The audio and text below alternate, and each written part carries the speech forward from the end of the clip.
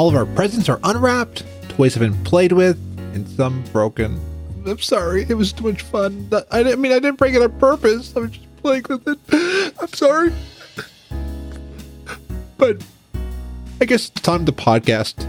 On this episode, we talk about spiral ham sandwiches. We talk about WoW, where we're going. We talk about our creative projects for 2019 and more. Let's start the Gnome Train.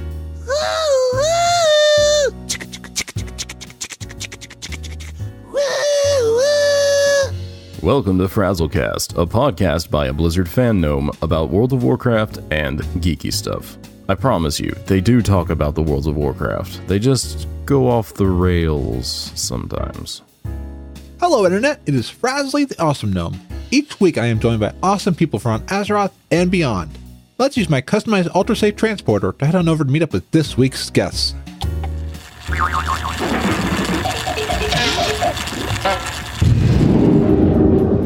I am joined by the person that Nomi wishes to be, Michael Heit of Food and Fury. Hey, what's happening? Just a great time, cats and laser beams and stuff like that. That is a fantastic thing. I'll try not to light on fire or burn any trees down this episode. Well, that's good. And we're also joined by the warlock who never burns their cookies, Lady Emma. Well, I hope not, because I do have a kitchen witch that helps me to prevent anything burning. Which is good, because on Christmas Day, the fire alarm went off at my sister's house. There was no fire, but you know, it's that smoke. And okay, it's just like, so what got overcooked? That was the roast, I believe. So dry roast. But it tasted good. If the people that cooked it are listening, it was a great meal. So I don't want to... But I do legitimately have a kitchen witch, and that is apparently what this kitchen witch is for. It's supposed to make your food always taste good and never overcooked or undercooked. That's good. I stole it from my mom. Oh, I just remembered that there's this person who follows Santa around and steals the toys from the bad boys and girls, apparently. Oh, there's actually a even darker than that, but I won't mention it because this is a family-friendly podcast. But if you want more, just ask me. Sounds alliance to me. Well, before we get in trouble with Santa Claus or the person who steals the presents or Krampus, I think it's time for something. Epicinsanity. What time is it? It's time to go around the table. Great idea. So what have you been up to recently? It's been an exciting time here. You know, the kiddies are off from school. I have had an odd thing going on with my coworkers. The tender age Michael here, who is approaching 40 steadfastly. I have never seen Mean Girls. Oh. So I was at work last week, and a lot of people were making all these references. I'm like, what is this movie you speak of? So I went Mean Girls, and I finally saw it, and it was outstanding. Made me so very happy. I got to see the premiere of it when it was doing it in Vancouver, Canada. Ooh, so I got the tickets because I was a rep for the Cinderella Project for Red Cross. So that was my gift. Anyway, go on. What was your favorite part? Well, I mean, there were so many, but I think the fetch thing was pretty funny. But it turned out, so I was watching this movie, I loved it. It was like totally like this mixture of like 80s movie meets like current whatever. And then we're watching, and it was like this crazy thing of these buses killing people. So like in the beginning of the movie, I guess you're supposed to come across, sorry, spoiler alert, that that Lindsay Lohan is a good person. She doesn't get cremated by cream by the bus, right? Then at the end of the movie, the old evil person gets slammed into by the bus. Okay, bus is dangerous, fine. Then we watch Broad City, episode 1 of season 4, because that's what's available. Someone gets hit by a bus. Then we watch a Mindy Project, season 4, episode 1. Somebody else gets creamed by a bus. So I don't know what in the actual buses is going on here, but on my television, there's a lot of buses slamming into people. What I'm thinking is this is foreshadowing that you need to look both ways and be a good person, or you're going to get hit by a bus. Apparently. I don't know what this time of year was going on with television, but so put that down. Too many buses. We watched Elf with the kids and the family. The first time my 6-year-old and 3-year-old saw Elf, so that was absolutely fantastic. Between maple syrup going on spaghetti and all the kinds of good things that were happening. I've ever seen Elf. Really? It's so good. It's very thematic with World of Warcraft. But speaking of video games, I have been cheating. I've been cheating on World of Warcraft, people. Oh, I'm sorry. I did play some, but I have some things to get off the plate. First, I had to, get some characters unlocked in Smash Brothers, which is kind of like the crack lately.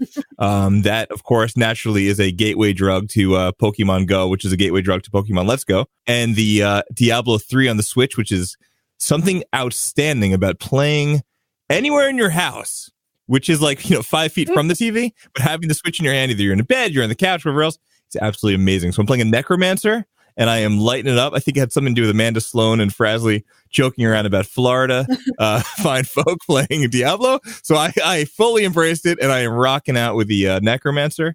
And let's see what else. Recently, we just had our Food and Fury episode dedicated to Christy Golden. We did a Barada episode, which was a lot of fun. And now I am just making my way back to World of Warcraft. I think the Ali from Dungeon Fables got me inspired. I ran a couple of Nixia runs a little earlier, and I came out with no mount, but I had a lot of nostalgia. So I feel good. It's a good time of year, man. Good time of year. Absolutely. So was one of the places that you played your D3 was in the bathroom with the handheld? That would be genius. You mean the Office? No, I did not. But it's just there's so much going on there, But I'll tell you what though. Do you have a Switch? I do have a Switch. I do not have the bathroom. I have a bathroom. My Switch hasn't quite made it all the way to the bathroom. Let's be honest. It's probably gone really close until I'm like, hey, grab this and to someone, and then I will. But I think there's different phases of a Switch owner, right? Like you get it, and then you're like holding it like a new baby, and you're fearful you're going to drop this like $300 thing on the ground. That's going to be the end of your Switch. Then you get like a little screen protector, maybe like a little case for it. Then you get like a little Brave, right? Then the thing kind of moves to the couch. Then maybe you like put it next to your bed because you got to take care of some demons before you go to bed. That sounds really dark. And then, then you kind of have it all over the house. It's not even like a really well-powered device. It's like 1080p, whatever else. I mean, it's good, but for whatever it is, I think Nintendo finally got their act together, and it is beautiful. And if they ever, there's 5 character packs coming out for Smash Brothers. I know I'm kind of a junkie right now.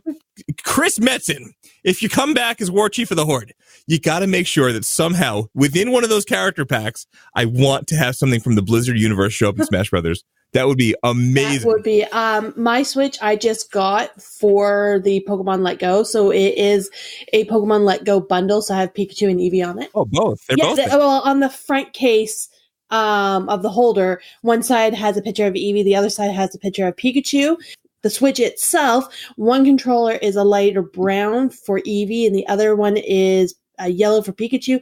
And when you look on the back, all through the back is a shiny different positions of Pikachu and Eevee all the way through the back. Wow. That's awesome.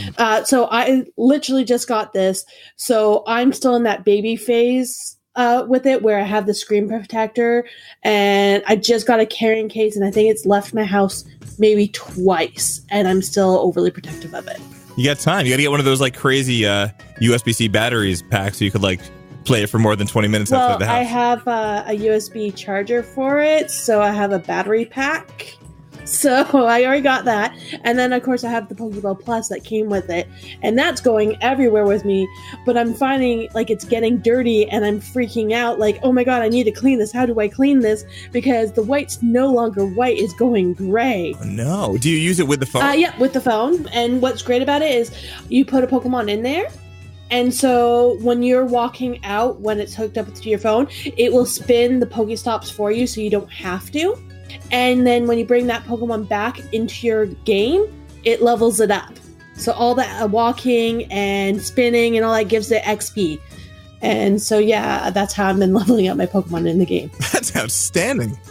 That's outstanding. I'm new to this Pokemon thing. I only have I played for the first time about 3 hours ago. So I have four level 4 character. I've been playing since 95. Yeah. Nice. So Emma, along with catching Pokemon, what have you been up to recently? A whole lot of stuff. I know December 25th is supposed to be spending time with family and doing all the Christmas stuff. I told everyone that I'm busy. I told them I was busy. I just didn't tell them why.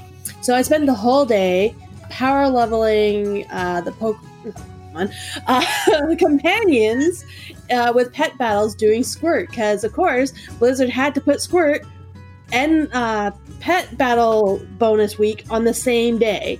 So yeah, I spent the whole day doing Squirt on the 25. That sounds really wrong.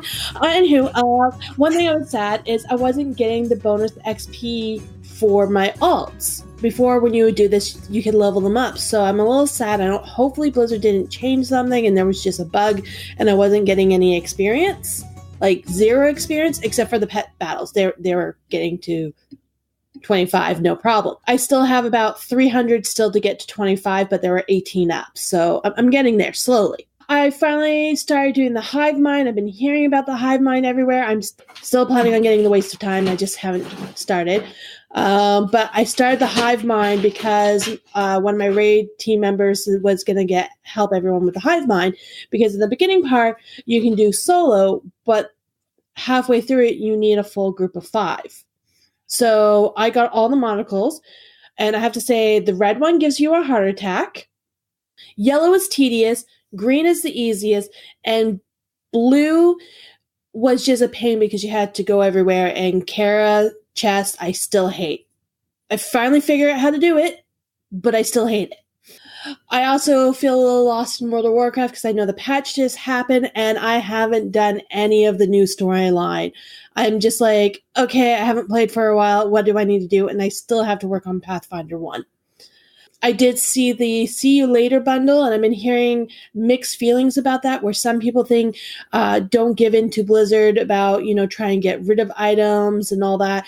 But I only needed the 3 helms, which cost $14 Canadian. So I said, yeah, I got them. And then I saw is it Valpine familiar? Close. It's the Valpura, something. It's such a strange name. I was trying to say it on podcast earlier this month, and I couldn't say it. I can say it on stream, but I can't say it when I'm recording a podcast. I'm going to call it Valpine, because that's kind of how it looks like. It's actually Italian. It's Volpini. Oh, Volpini? It's not true at all. It's a total lie. In the chat room, Leo Wild saying it's the Volpine Familiar. I said it. I can finally say it. I bought one for my best friend for Christmas, and I'm like, yeah, I might as well buy one for myself. I am bugging her to tell me how much she needs for the See You Later bundle so I can give her that for Christmas as well. But you can't gift that one. That one, you have to give the money to someone so they can buy it themselves. Because, yeah, there's no gifting. Because I guess if you already have some of the items, it changes how much the bundle is. I helped my dad get my nephew an epic Pokemon gift, which is his words exactly, is, can you pick up an epic Pokemon gift for my nephew? So I'm like, okay. So I bought him a Switch not Switch. That would be nice. Don't commit to that on the podcast. A 2DS with Pokemon's Sun Ultra Sun. So, because I've been playing Ultra Moon, so I'm like, okay, I'll get you Ultra Sun. So I've been getting random FaceTime saying, hey, I need help. I don't know what I'm doing. He is just turned 7. So it's like, this is really new for him. And so he's like, I don't know what I'm doing. And I'm like, well, you need to talk to this person and you need to battle this person before you can go over here. Why? Why can't I just go there? And I'm like, because you have to follow the storyline. He's not quite understanding that there's a storyline and he has to follow. I've been playing more Pokemon Go, especially right now, as this past month had all the legendary random which one you got for the research boxes. So I've been really working on getting all the research box, but I'm sad that I've gotten 2 duplicates of ones I've already gotten.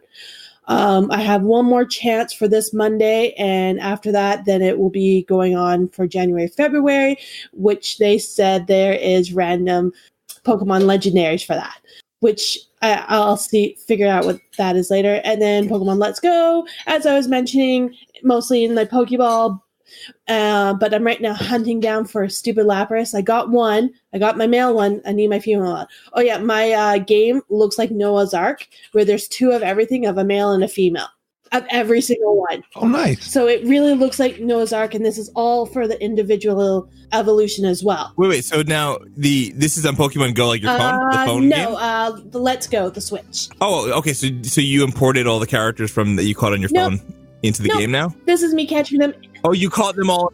Holy moly. Yeah, so it looks like Noah's Arks. There's a few shinies in there. I guess that will be my next hunt after I finish all the normal ones, is get the shiny. Of course, legendaries and all that, they don't have a sex, so I only get one of each of those. I was going to go play my DS to show my nephew how to play Pokemon Ultra Sun. It wasn't holding a charge. It wasn't charging at all. Couldn't figure it out. My boyfriend turns my DS upside down. He notices the back is bulging. Take the cover off, the battery has exploded. Ooh. Yeah. Thankfully, it's like a cell phone battery, so it's probably made by Samsung, that it's easy, it just pops out, it doesn't look any leakage, and the Nintendo store apparently can buy a replacement battery. What I read online, if it does this again, then there might be something actually wrong with the DS exploding the battery. Yeah, so that's a little scary. I've been visiting my Oppa once a week after my Nana passing, so that's been keeping me busy. We're reminiscing on all stories and everything and watching a lot of home videos. The greatest part is he cannot hear me. I have a tone of voice he cannot hear. So I'll talk to him, he looks at me, then he goes and looks at my boyfriend, and he's like, can you tell me what she just said? Wow. Yeah. So Wow, it's like the ultimate game of telephone. It is. It really is. Hey, Michael, what did Lady Emma just say? Oh, she said that she wants some pizza, but when Pokemon Go goes live, she's going to go to her grandpa's house and have her boyfriend bring the DS and buy a new battery. Okay. Yeah, something like that. Got it. 100%. Yeah, totally. For the last probably 3 years, I've been trying to find a Christmas movie that I watched as a child to show my nephew, and I can never find it. You never find it. The only part I remember of the movie is the North Wind and Nanook. That's all I can remember about it. Dances with Wolf? No, finally, I found it. Yeah, Tataka and his search for a Merry Christmas. And it is on YouTube. That's how I watched it. And I'm like, I don't know if I've wrecked my childhood by watching it, because for some reason I remember the story being more in depth than what it was. But it's still a really good movie. And it was a TV movie, and it's cartoon, just putting it on there. That's always the issue with the movies that we remember from our childhood. Like I've watched Erie, Indiana, remembering it was better than it was, and I watched it recently. I was like, that show is horrible. No wonder it didn't last long. I feel like that happened with me recently too. I was watching so I read the oh man, do you remember, did you read Ready Player One? Yes. Did you? Yes. Okay, Yes. so the second book that he wrote came out a couple summers ago, right? It was Armada. Oh, I didn't know there was a Right. second book. I only knew the one. Yeah, it's not a sequel, but it's same kind of idea, a lot of like references, whatever. So the movie is kind of like an Ender's Game meets The Last Starfighter meets Ernest Cline, right? So I was like, all right, let me go back and watch The Last Starfighter. I know people probably really love that movie. It does not hold up at all. It really didn't hold up. But there's that part where like he goes over to like, there's like, the idea is he plays a video game, he's really good, so they bring him to space, he becomes like, the chosen one to help fight the battles, whatever. So they put like an alien goopy clay version of him to like stay in his room while he's gone fighting his mission. And it just like, I mean, there's CGI and then there's CGI. I mean, that is like, woo! Yeah, it sucks. It's like you remember these being so great, and then you watch it, and it's like, oh, my heart is hurting. Yes. New She-Ra's really good. Have you guys seen that? No, I haven't. I have all of season 1 on DVD of the original She-Ra. I never This saw is She-Ra. newer, more, Real? more female powered, more, a little more respectful towards the modern days writing. No. I think it's really good. I still like the old She-Ra. The whole point of She-Ra and He-Man back in the day is you never actually see the fighting. It's always off the thing. So you don't get the visual fighting, but you hear it. I saw that in the theaters, believe it or not. The She-Ra He-Man movie. I was there, Nice. man. Saw it. The other Christmas special I like is the He-Man She-Ra Christmas special, which I have on DVD. There is one? Yeah. Wow. Is it like Star Wars one? Is it like, are there moments where like characters are speaking not in English? Like, No, they're all English, but Skeletor, he actually learns to have feelings for these children that he kidnapped. Not okay. And he Not and he okay. cries too. Skeletor cries. I just wrecked Skeletor for you.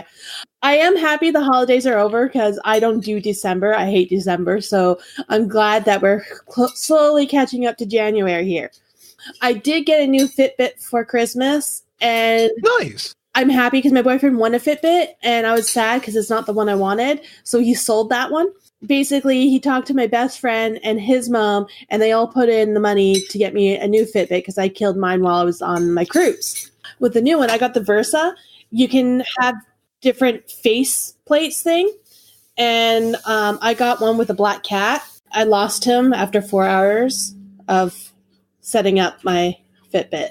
Yeah, Oh. it took me That's took me 2 days to get him back, and I swear it's a ransom note that you get because it's a sad cat picture in the letter with 5 foods you have to give, like, or What? yeah, it's a complete ransom note.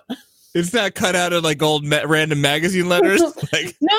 send $50,000 in non-consecutive $20 It's bills. just a cat face with cat food times 5. And then when you earn one food and you click on it, then it's like sad cat face times 4. And it's just like, okay, so I have to earn this cat food to get my cat back. It was actually prepping you for a Warcraft Classic when hunters had to start feeding their pets Oh, again. yeah. I remember those days. Oh, don't forget, you have to have bullets and arrows, too. An ammo bag, because, you're going to lose all that ammo. 3 bags for hunters. I did get the cat I back. kept losing my pet. I was on a gnome leveling stream with Michael of the Blue Recluse, and I kept killing my pet. I'm going to do awful in Classic. Oh man! And remember they had their names, the name pets with the blue. Well, they still have the name pets, but you also have to make sure your pet is really happy by feeding it with proper food that it likes. Yeah, but they were. If we're gonna go real far back, maybe they won't be normalized Yeah. because some of those pets had like leeching ability. They had like the claw, right? Remember the claw, right? The rake, Yeah, not the claw. Wait, the rake? Am I losing my I mind? don't remember. I never The really rake or played the a claw? hunter One of the two. until probably Burning Crusade. I might have started a hunter. Yeah, they had their moments. Yeah, they did. And then I finally started playing a Steam game that I bought from the last Steam sale. I'm gonna totally brutal the name. Deepona or Deeponia. It's been Rake. I've heard a lot about that. It's fun, but I'm at a frustrating moment where there's an achievement that you only have one shot at, and I didn't realize until I already went past it, and then I'm like, I didn't save for a while. So I'm back in the beginning. Leo in the chat room just said the rake. It's the rake in Mulgar. Thank you. So yeah, but I did get to play it. It's a lot of fun. I haven't gone too far in the story yet, but I would highly suggest it if you like a point and click puzzle game. It is now going into my cart. As of this recording, it is $1. So, yeah. Ali brings up a good point in the chat about Steam. They said that their Steam library is huge and needs them not to have a job. Same with me. Seriously. What was that game on the Epic Game Store that people were talking about this week? It was like that underwater thing? Subnautica. I've heard it's That really was good. Azul. I don't know. I have the Azul one. Yeah, I signed in, I grabbed it, but I haven't played it yet. Yeah, I need to play it. I had a great time with family. We played Sagrada and Azul, both board games. Both are about collecting things and trying to get the right pieces. They're harder to explain, so I'll have a link in the show notes to each game because you kind of have to look at it to understand it. We had to play a round each to understand, but really enjoyed it. And speaking of nostalgia that doesn't hold up, we watched all 3 Santa Claus movies, and I realized how the series just kept getting worse with every episode. The first movie was good. I mean, I think it's good. It had its definite plot holes and its definite issues with story progression. Then 2, then 3. It just, yeah. So they stopped trying?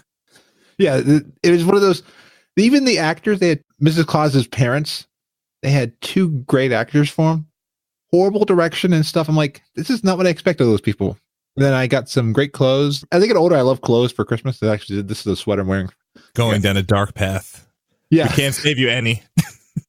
Well, I did get a few cool gadgets. Like I got customizable, expandable physical switches, volumes, and knobs that I can use on my Mac. They're from Palette Gear, and I'm hooking them up, trying to figure out what I want to do with them, but I like it.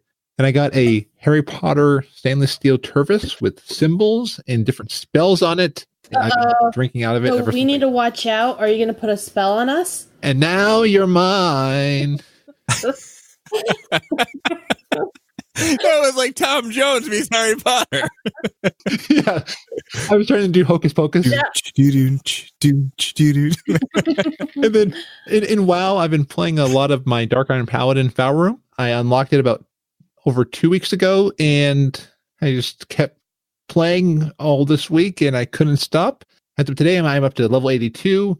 People like Sir Nate the Great and Leo Wild have been hanging out with me on Twitch. I've had a great time with them. So does Medros know you're playing a paladin now? Yes, and I'm actually realizing paladins are pretty fun. So I'm still going to be Frazley, the Gnome Warrior. Yeah. Are you Prot or are you, what are you? I'm enjoying Ret because of the DPS. Oh, it's fun. You have to just flip over, please. You got to do a little questing as Prot. It's unbelievable. I will try it once I get the max. I can't remember what my paladin is. It might be Prot. I don't remember. Oh man, when you throw a shield at somebody's head, I mean, like maybe it's just the Horde shirt coming out, but there's something deeply satisfying about that. Well, it's fun as Ret. You have the sword come out of the ground, like, hey, you. That is cool. Then you got the transmog. Did you have the artifact from the last expansion? Can you still get the? Do you have your? What am I saying? Do you have the Ashbringer? Not yet. I'm gonna get that one to get the Legion. He's now got in. He's still a little young, to have that much power in his hand. I got too excited. I'm like, oh, Paladin, Ashbringer. And I gotta watch out because it's one of those. I just have to be careful. Don't want the power to go to my head. I mean, because I'm a gnome, so the power can just build up there. I don't know where I was going with that. But yeah, I'm in Pandaria right now because I was trying to figure out where to go after I did Outland, and I got one lore master, and then once I got to the other zones, every one of them has a multi-person quest saying like, you need 5 people for this. And I can do 2 and possibly 3, but when they get to like the 4 and 5, I kept dying. So I'm going to go back later on. You can unprot. That's the thing I'm telling you. I can do the 5 ones with my demon, because usually my demon takes all the things. Hence why I like warlocks, is I can solo everything as long as I have my demon. And I'm pretty sure you can do that with a pally. It's like cheat mode, man. You got to do it. I need to try prot, and I need to also, and I realized I need to play warlock because that's one that I keep wanting to try. Warlock, it's awesome. I'm sorry, mages out there. I can't survive. They're a glass cannon. They can do a lot of damage, but 2 hits, they're dead. But they are pretty lit if they're fire. See what you did there. And then one huge shout out to the add-on immersion. I've been having a lot of issues like when I'm streaming. I'm trying to not like lean forward too close into the screens. I'm trying to stay back. And I was having issues with the quest text on the default UI. But I installed the immersion add-on, and it's made the text bigger. So like I'm able to see it better. So really like it. And I'm actually enjoying how the text looks. So I think for right now I'll stick with that. Isn't there an add-on that makes the text, you know how the newer quests, there's a window pops up and someone speaks whatever the quest is, but they have it for the actual quest. That's immersion. Okay. So immersion is replicating that for quest. And I actually like it because it helps me read the text too. Helps me to, as the Pandarans say, slow down. Life is meant to be savored. So hopefully I will run into Tosh and Talib there. But right now, I'm not going to have Hell yet. I'm going to try to finish Jade Forest. As I'm doing these alts, I want to try to do as much as I can on Lore Master because that is one goal. I want to get Lore Master. But that will be a long time. That they were trying to replicate kind of what BioWare was doing, right? With like Star Wars and all that, trying to make it so like it always looked like characters were like conversing with one another. Well, and one cool thing that they're doing along the BioWare line is in 8.1 you have a choice in quest text and it will do something. So yeah, so immersion is replicating the conversation like, and then Blizzard's actually adding character choice and I enjoyed that part. But you have to be very careful with that because there's one where you could lose a toy, and you also have to be very careful with Christmas leftovers. You sure do, buddy. How about that spiral ham? Ooh, spiral ham sounds delicious. I love ham. I'm a big ham, but I love ham too. I don't like ham. I'm sorry. What's wrong with you, lady? I'm kidding. I don't know. I can't eat ham. I'm sorry. It's a cute little piglet. Okay, I can understand. Oh, now I'm sad because I like pigs. You know what? Like ham All right, let's do a little breakdown here, people, because ham is a terrible thing to waste. So you've got you got a couple varieties. You got the spiral honey glazed ham. You got the country ham, which kind of smells like feet. You got the the sliced ham. You got like the cold cuts. Is it all bad? Is it all bad, Emma? For me, I don't like the taste of any ham, so yes. Every once in a while, you might see me take a bite of a bacon, and that's my fill right there. Just a bite of bacon, and I'm good. Oh, I can't get enough bacon. I don't eat ham or pig, but that's my preference. I basically stick to my poultry and my seafood. Frazley, do you have any leftovers for your Christmas festivities? No, because we went over to my sister's, so my sister has all the leftovers. So she didn't give you a care package to take home? How rude. No, I don't mind that, because then that way they have enough food for their family of 4. And this way I'm inclined to not eat and eat and eat. I mean, that's one thing is like Cliff Bars. I've been waiting for this Go XLR. And do you know how many Cliff Bars I have ordered and gotten in the time that I've been waiting for the Go XLR to ship since December 17th? I don't even want to count. But Amazon keeps tricking me. But yeah, back to the ham. Wait, hold on a second. Now, the Cliff Bars were there as kind of a coping mechanism. Or please lay down on the couch. Or were the Cliff Bars like you knew you were going to be so inundated with like wires in your hands and programming things that you knew that was the only sustenance you were going to have while trying to get the whole thing set up? Well, it was back when I was 12 and I had my first Cliff Bar. And then I think went to the movie theater and I brought a can of soup. Cliff Bar's been around since you were 12? I thought those were. I don't think so. I'm pretty sure those are the new thing for the last couple of years. They're so good. And especially the white chocolate macadamia nuts. I'll pass to real food. And then I see you also have leftover apple pie. Who has leftover apple pie? Now let's chat here. We've got some options, people. Now I don't celebrate Christmas. We do the whole Hanukkah thing, but we're thinking about this whole Christmas season and all the goodies that you'd have left over, right? And we had some ideas. We had some ideas for you. Now at this stage in the game, it is what do we got here? It's December 27th on the calendar, so I guess people probably still have some leftovers that haven't rotted away, right? So what do we got here? We got if you have leftover apple pie or gingerbread or snickerdoodle cookies, we thought maybe it might be kind of fun to throw those with some ice cream and some milk in a blender and make yourself a shake. You could do this with any pie, just about, because what happens is you kind of throw it in there and it kind of blends up nicely, but then you get like those good flavors like pumpkin pie, apple pie. That works really well. I can see that for the filling, but not having the bread in there. No, it works, man. It works. It's kind of like it's like a little bit more of a thicker shake, but like almost got to get like that big crazy straw to suck it all up. But okay. I'll test this on my boyfriend because I'll see. Don't blend your boyfriend up. I wouldn't blend him up. Actually, I think we still have some pie in the freezer from his birthday. I'll just throw that in the blender with some ice cream. There you go. Do for the 2 cups of ice cream for every half cup of milk, and you'll be good. I don't have any milk. What about the panettone? How do you say that? The panettone breads, like the Christmas tall things. You could probably take those bad boys and make bread pudding or French toast out of those, and those would be fantastic. Bread pudding is yummy. Now, eggnog and fogger elixir. You got yourself some. You can make yourself some oatmeal with eggnog instead of water, right? You can take French toast and you could sub out your milk, whatever recipe. Use eggnog in its place with your eggs, and you could have some ridiculous over the top French toast. I think I've had that before. That is delicious, right? If you got yourself a little Nespresso machine, you could get yourself make yourself an eggnog cappuccino. Or just put some rum in there and just drink the eggnog as is. You could do that too, Lady Emma. You could say, "Get out of my way, cat. It's time for Mama to have her eggnog." Or you can, if you don't have a Nespresso machine or anything like that, what you can do is you can take the eggnog, chuck the microwave for 15 - 20 seconds, throw it in a jar, shake it up. It'll get all foamy, and you can pour that inside. I'm going to wreck this. I don't own a microwave. Or you could get your smoke signals out and send a Raven, because those go really fast in Game of Thrones. And then you can request that the Raven bring back a microwave and you'd be all set. Why can't I just use my stovetop? I have a stove. Yes, or those work well as well. I know, not old age, old fashioned before microwave time. Oh my God, there's a stove. Put on your aluminum hat and you'll be all set. What else we got? Rice pudding. You could sub out the evaporated milk for eggnog and have eggnog rice pudding, which would be over the top outstanding. If you have leftover brie, which is kind of an obscure thing to have leftover because usually it's like an appetizer, there's an amazing dish on Delish.com. They have a brie spaghetti, which is just like coma inducing. And then if you have leftover cheese, you could make an amazing mac and cheese recipe, or you can make an ultimate grilled cheese, just taking all the little leftover cheeses that were put out for appetizers.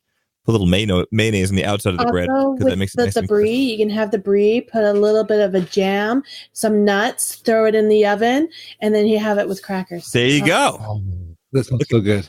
Cheese coma. Mm-hmm. I was laughing. I was waiting for you to be like, you take the brie, you put it to the side, you get some scotch. Wow. You could. Oh, I had this spice mold. I can never say it, but it's the mulled wine. You know, the wine thing that had spices and all that. But it was a jam, and I would have that on the brie, and it was so good. So it was like a winey brie. Brie should never complain. I don't have a lot of alcohol, I swear. Yeah, all of the 18 boxes? No, most of the boxes are gone, but the liquor cabinet, that's giant, by the way, the liquor's now leaking out of it, and I have nowhere to put it, and I got about 4 bottles of liquor for Christmas, so. Wow. Hey, everybody, party at Emma's house. It's probably enough to get a lot of people at least tipsy. Well, now that we have had a food coma of all this stuff, I think it's only fair to talk about where we want to go into the future and look into 2019. And I think let's first start with WoW. We are going to see kind of where WoW is going. So we have patch 8.1.5, 8.2, 8.2.5, possibly 8.3 this year. We're going to get the Azerite gear. It should hopefully feel better, starting with 8.2. We're definitely going to get mecha gnomes and mecha dungeons. No, I got to say it like Golly, mecha dungeons. We're going to get those. We're going to have a lot of stuff. I'm looking for the Dark Moon Fair roller coaster, and I'm just thinking I need to hook it up to an RV system so I can be like all over this. Ooh. Wait, an RV on the roller coaster? Yeah. Well, I was thinking that too. I was, you must be talking about virtual reality, but I keep picturing a Winnebago somehow. Oh, a VR system. Okay. I'm thinking,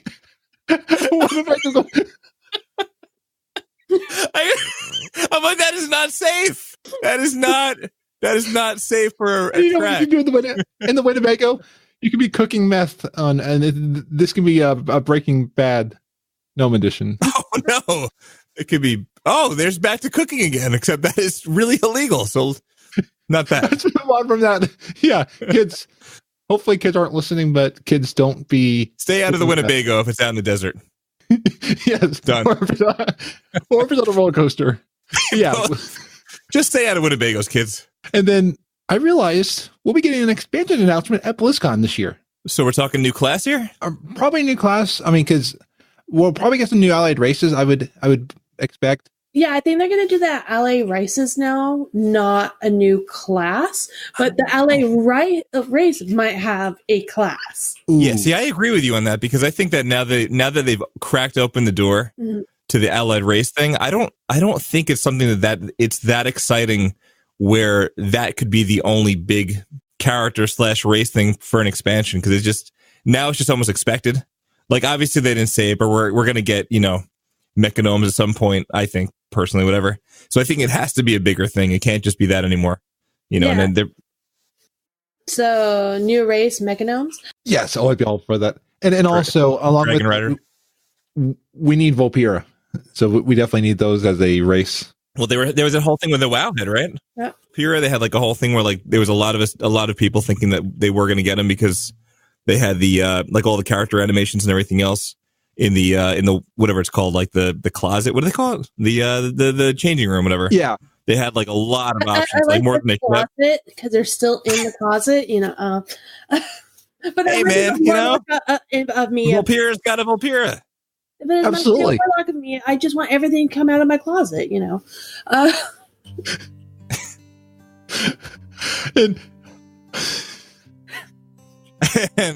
we wrote Frazley. Well, and Alessandra brought up an interesting article from the Motley Fool about things that are going to come out of Activision's closet, potentially.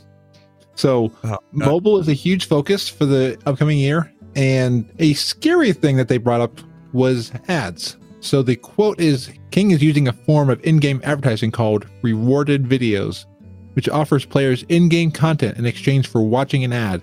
Activision generated 57% of its revenue in 2017 from in-game spending, unquote. And then here's the next quote. Quote, Activision has plans to introduce in-game ads throughout its titles, unquote.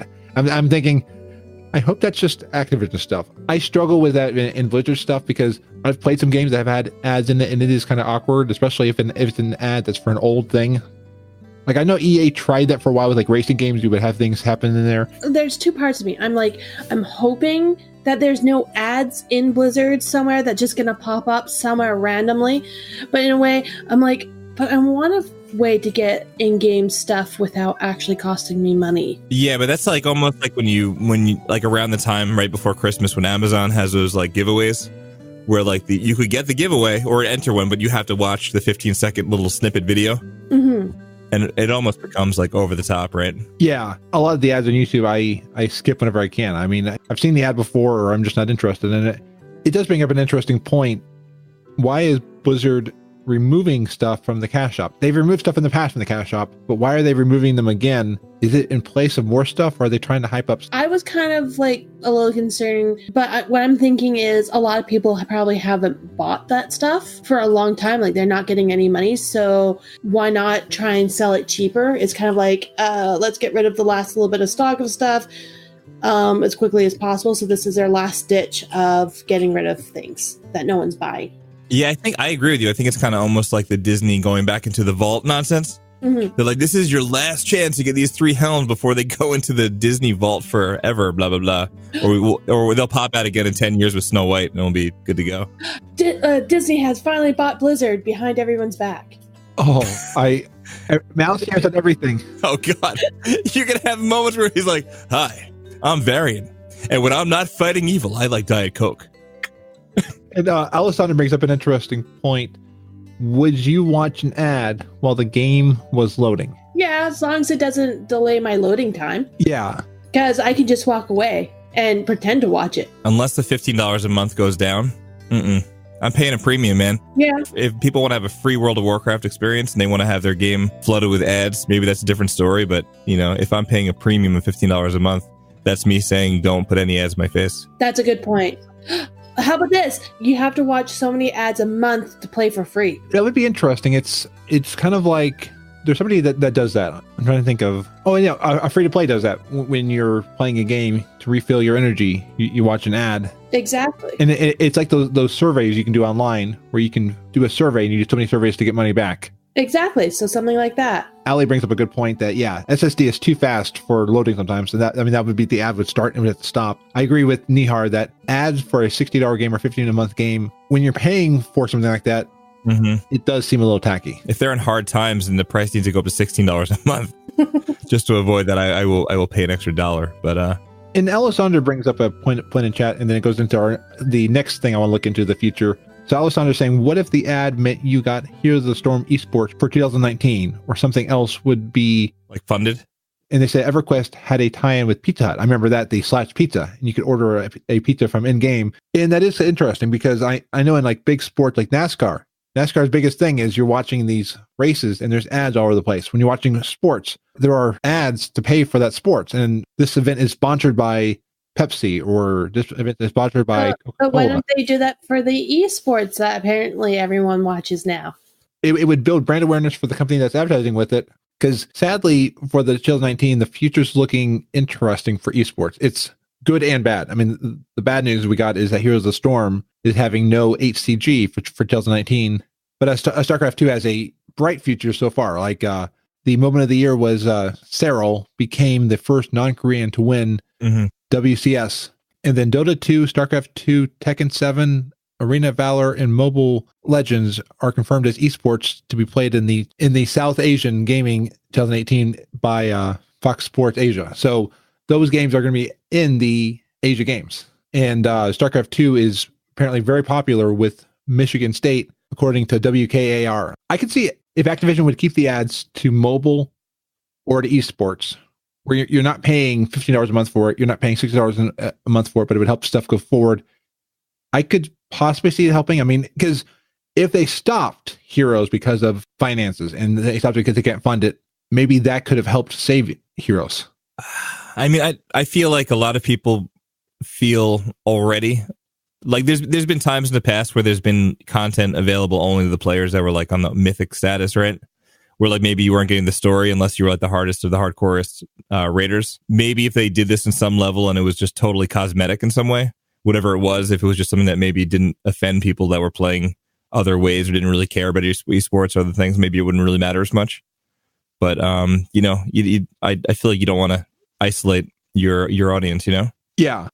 And they're already spending their time on what you're going at. You don't want to move them away. Yeah, I mean, we are already going to split the audience, you know, in some degree when Classic pops. You know, I mean, they are, in a sense, kind of creating the EverQuest 1, EverQuest 2 situation. Obviously, it's tied together where people could hop on Battle.net and say, hey, what's up? Hop on over to the other game. We can play together.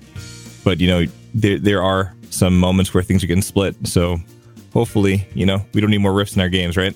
No, because we already have people that are leaving. Wow, people that are leaving different games. People are leaving Heroes because they don't see faith in the game. And I think 2019, it'll be a telling year on a lot of different things. I mean, it's not quite the same bright-eyed excitement that we had going into 2018 from 17. There was a lot of uncertainty. You're not referring to a certain mobile demon game, are you?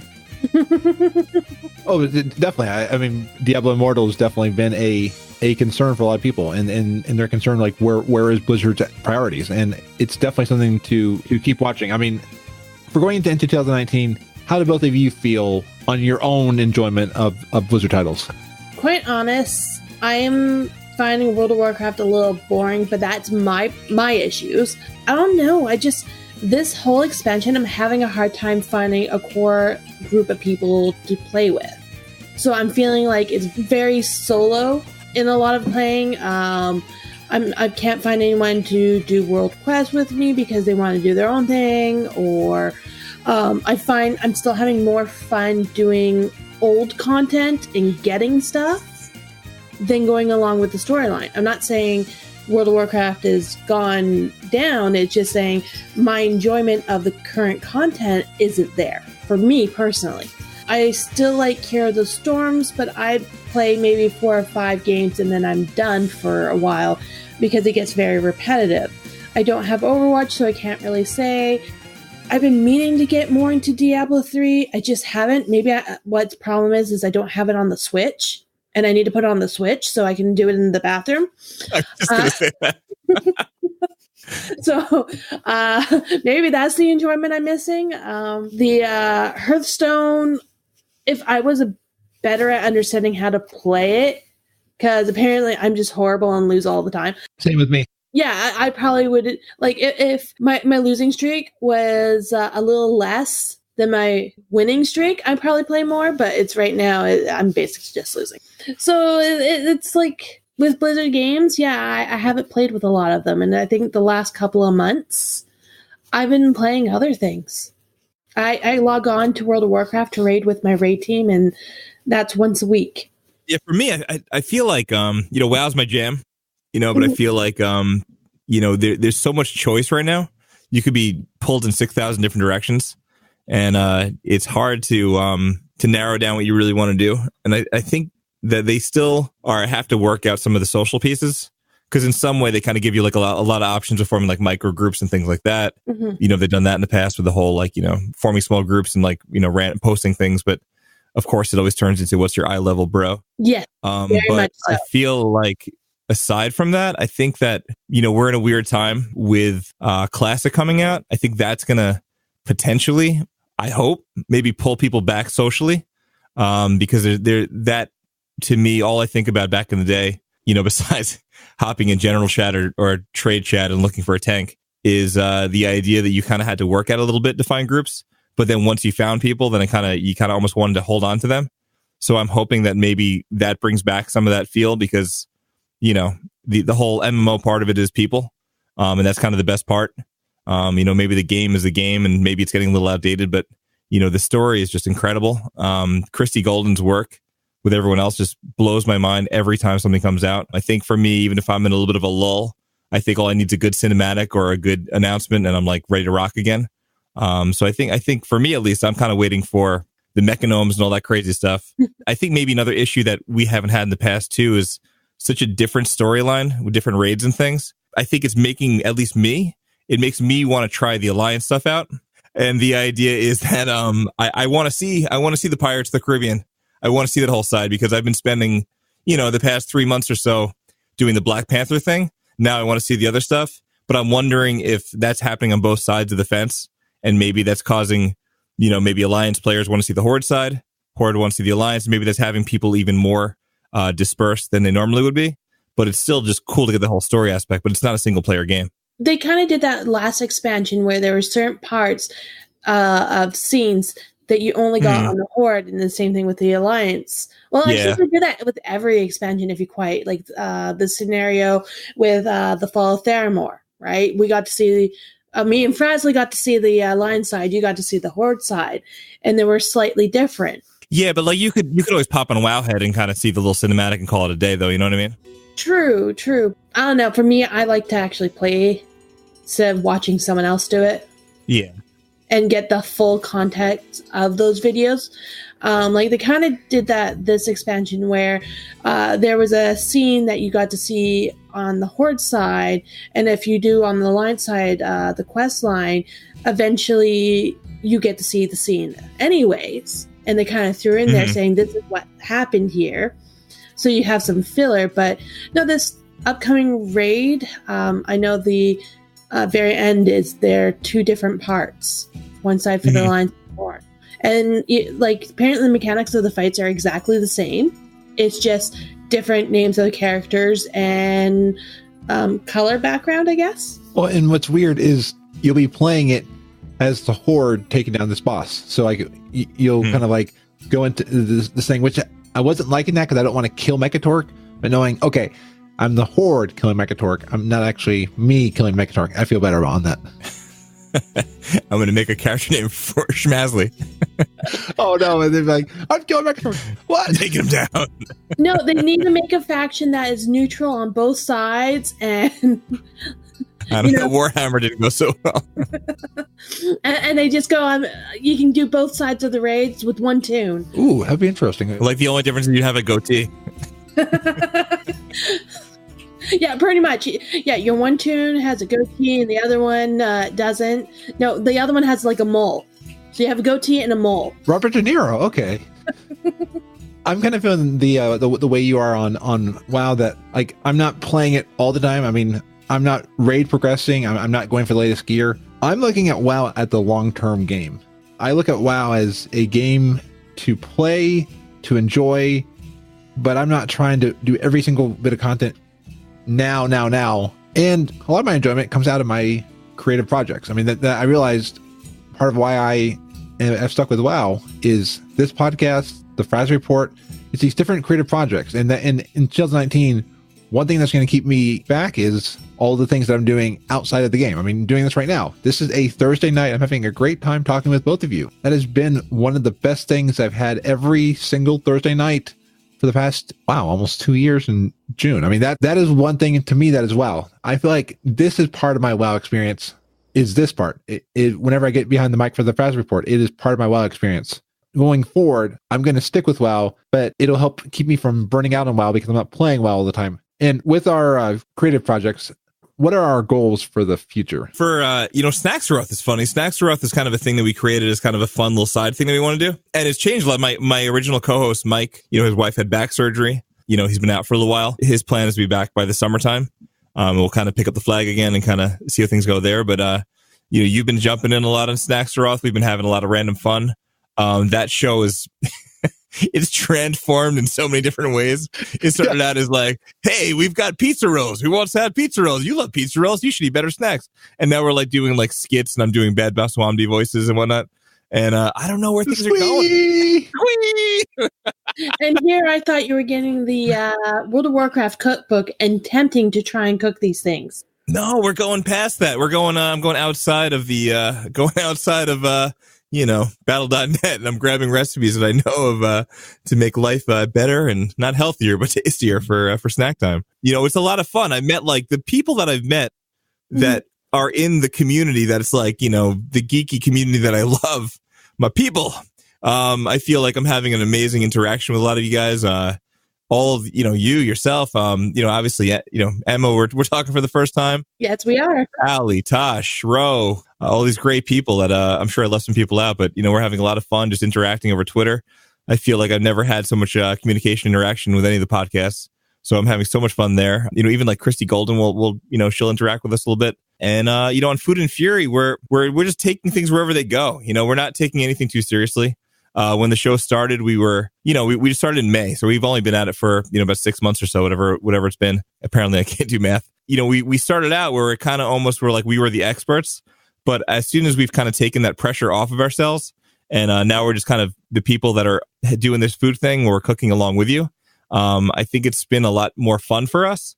And I think that our goal is to try to reach out to maybe to other people that are into food in the geeky universe, as well as like food bloggers, podcasts and whatnot, and maybe kind of interact a little bit there. And I'm even thinking perhaps of people like Tosh Mifune, who is an excellent cook. We've seen him all over Twitter showing his amazing baklava recipes and all these other things. Guy could cook better than I can. So maybe we can have some of that interaction as well. We're going to have a vegan takeover. It makes me hard to believe that I can say that about a meal without meat.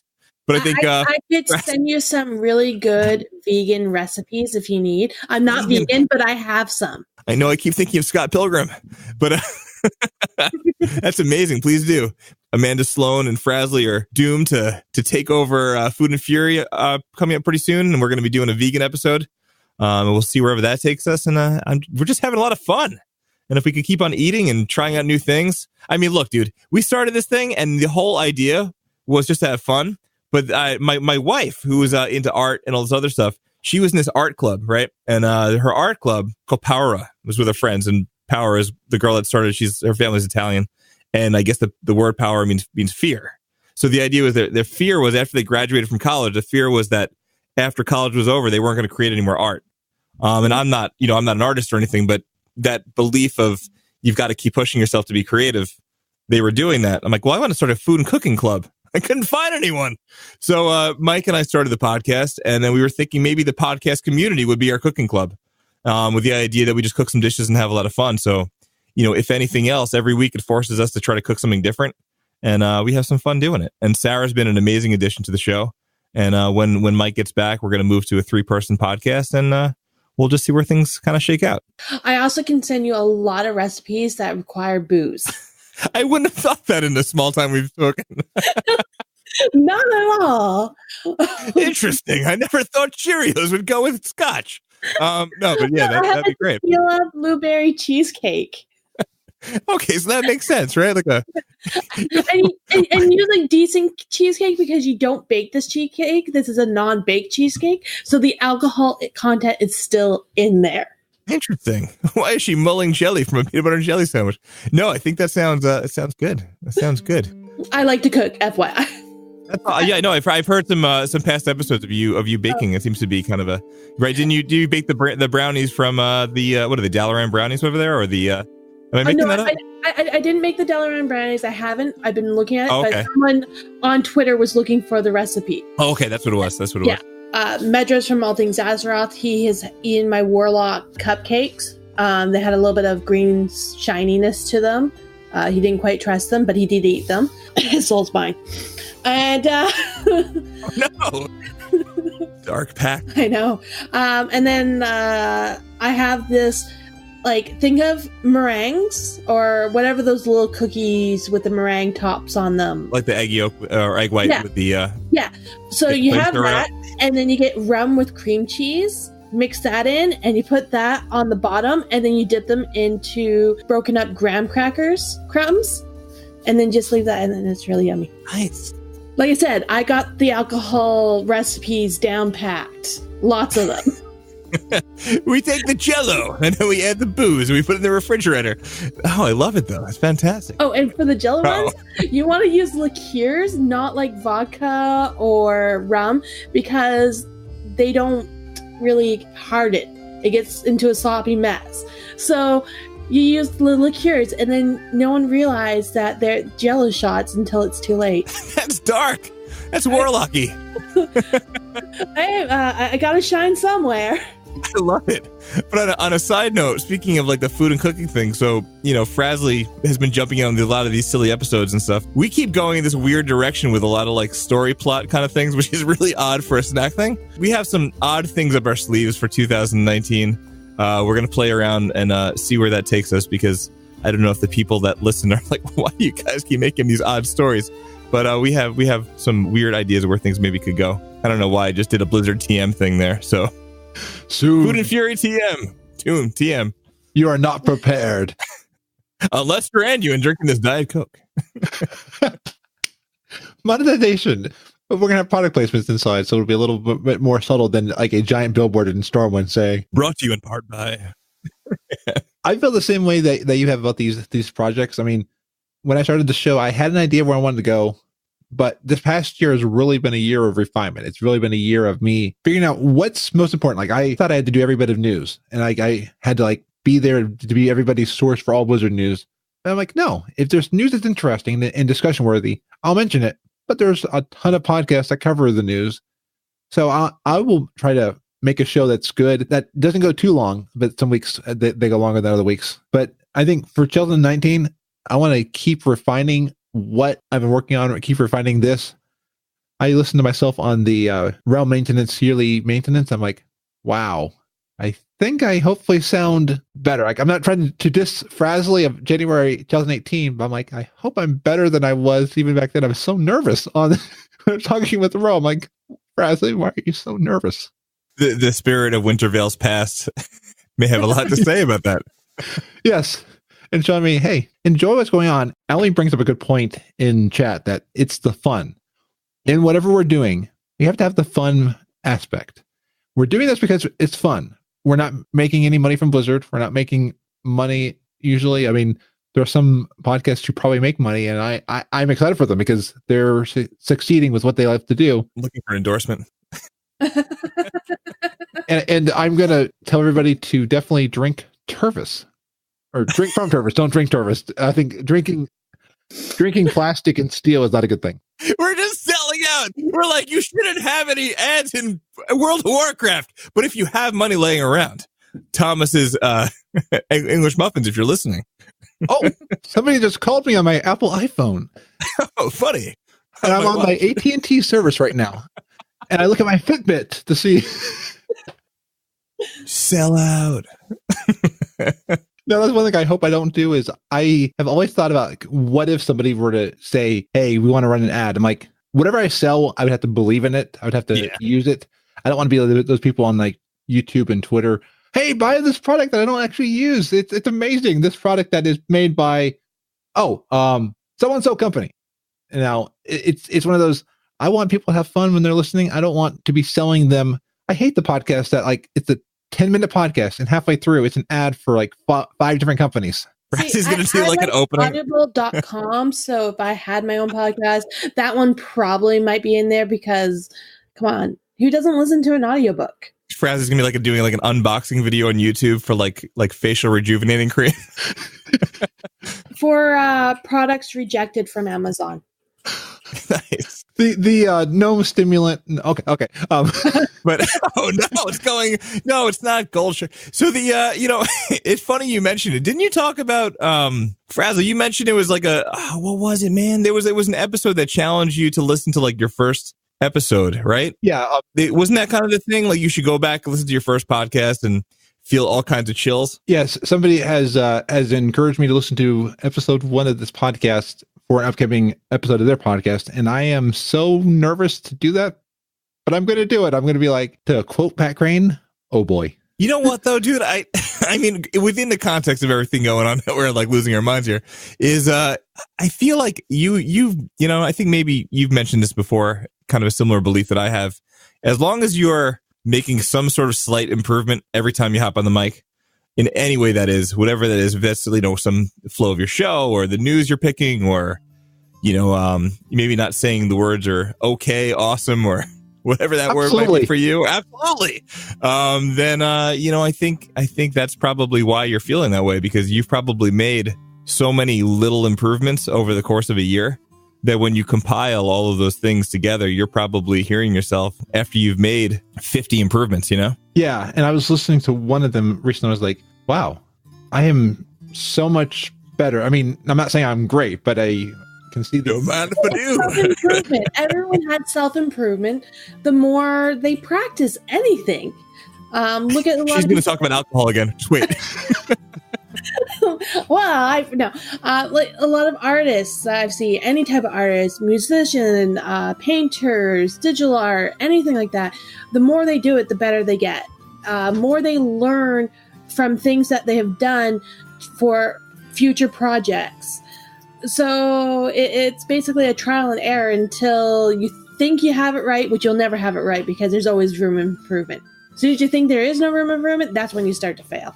And the one thing I never want to do is I never want to stagnate. I never want to get to the place where I'm never improving the show and it's the same show over and over and over again. That's why I try to differ it up with the different guests, but I try to make it all different with different things because I don't want it to be rid of Chrome. That's coming. Okay, there's a little thing with me and Frazley. I hate Chrome. And he's forcing me to use Chrome, hence why I'm using the TV computer. So I bug him every single week. He's like, so, is it away from Chrome yet? How about now? Well, and just so the listeners don't think that I'm trying to force people to only use Chrome, the service I'm using, they'll be adding Firefox and mobile soon, but not yet. So it's one of those. But I now know there's a ton of Chrome GIFs. GIF? A ton of Chrome GIFs online. I mean, if you're talking about spinners and, we're talking about the internet browser still, because that's not what I have there, my friend. Oh, and there's one GIF to never do a /Jiffy search on.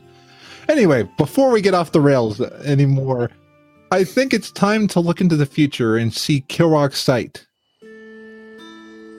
Let's see what the wondrous, mysterious Kilrock site foretells of the upcoming events in Azeroth. Thank you for joining us on Kilrock site. The upcoming events for 2019 January in World of Warcraft. Darkmoon Fair starts January 6th to the 12th. Sadly, the Darkmoon Fair does not help with the profession skills this expansion. Make sure you get all your rep up for Pathfinder, as Pathfinder 2 should be starting soon. The best way to get 10% faster rep is with the Wii buff or the top half. They do not stack. Not only give the rep buff, but also XP buff. So it's a great time to level the ally races to unlock their special armor sets. There's also many achievement pets and transmog to collect. There's also a new toy that is hot butter popcorn, which you can get from a food vendor for 50 tickets. The Micro Holiday, Call of the Scarab. It's January 21st to January 23rd. This event is to mark the opening of the Gate of AQ. Great event for Faction Pride. It's where you kill mobs and hand in items to gain points on behalf of your faction. The winning faction will have the banner hanging on the gates of AQ for a whole year. And I think Alliance won it last year, but Horde won it the year before. So let's see if Alliance can win it again. Yes, I'm biased. Karen Tour Tavern Crawl, January 31st. Celebrate the Caverns of Azeroth. And starring this event is to find Tipsy Wobble Think Mage outside your faction in Dalaran. She's had a few drinks, let's be honest. By talking to her, she'll pop you into the tavern where there will be a party happening. There's some special food, some drinks, find the selfie camera, and some discarded packages. The packages might be a little bit questionable, but it is a great event for all those RPers out there.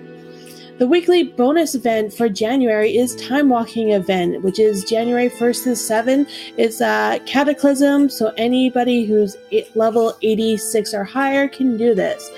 Finish 5 dungeons for the quest, and you reward Azurite. You'll also get Time Warp badges, which is for mounts, toys, transmog, upgrade those heirloom gear, all this fun stuff. Arena Skirmish bonus event is January 8th to 14th, a buff which can increase the honor earned from completing these Arena Skirmish. The quest is to win 10 arenas. It rewards you Azurite and Conquest. World Quest bonus, January 15th, 21st. Finish 20 World Quests, rewards you Azurite. The buff that week is get 50% rep from the World Quest's completion. The next one is Time Walking Dungeon Event, January 22nd to 28th. It is Pandaria. Players must be 91 or higher. Finish 5 dungeon rewards Azurite. And don't forget those Time Warp badges for all the currency. Battleground bonus event is January 29th to February 4th. Win 4 battlegrounds, reward you 5 marks of honor and Azurite. The buff will give you 50% more when winning a battleground. Main holiday, Luna Festival, January 8th, and all goes all the way into February 11th. It's a 2-week event. Then there's also the new raid starting. I'm going to totally brutal the name. Battle of Dazalor. Normal and Heroic starts January 22nd. For Mythic in the first wing of Raid Finder, which is called Siege of Dazalor. People are going to hate me for this. Starts January 29th. The second wing of Raid Finder, called Empire's Fall, February 12th. And the third and final wing will be February 26th. For the Alliance, it's Mighty of the Alliance. And for the Horde, is Victory or Death. And that is everything that's coming up. And what did I miss by having my screen filled with this notes? So I see Frazley has something on his head.